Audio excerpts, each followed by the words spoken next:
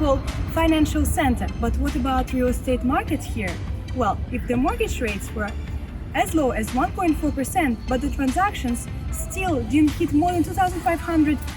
Well, comparing to Dubai, where last year there were 80,000 transactions volume, and the population of both countries is almost the same. What is the reason for such a massive difference?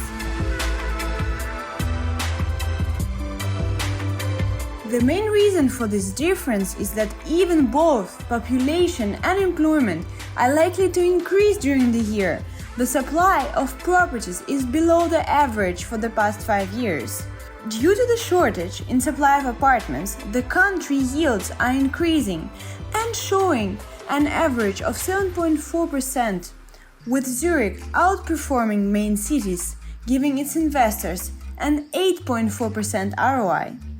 Property prices are expected to rise by a minimum of 7.5% in 2022 due to big gap between demand and supply. But not only this reason makes purchasing a residential property attractive. Also, in view of living costs, and mortgage rates are still very low despite having risen slightly as the inflation has increased.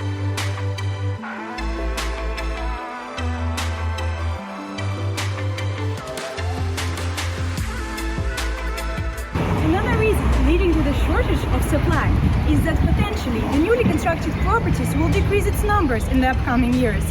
But buying a residential property in Sweden is still very attractive, especially because their mortgage rates are very low, even though their inflation is increasing worldwide. Now, if you are still convinced of buying a property in Sweden, there are a few restrictions I have to tell you about. Foreigners are not allowed to buy properties in Switzerland unless it's in a touristic area. So if you are not Swiss or a Swiss resident, you cannot buy a property in the main Swiss cities. However, you can buy property in most of the ski resorts. One of them is Reaventure, where 80% of property prices range between 700 Swiss francs and 5 million, yielding between 12 to 15% per year.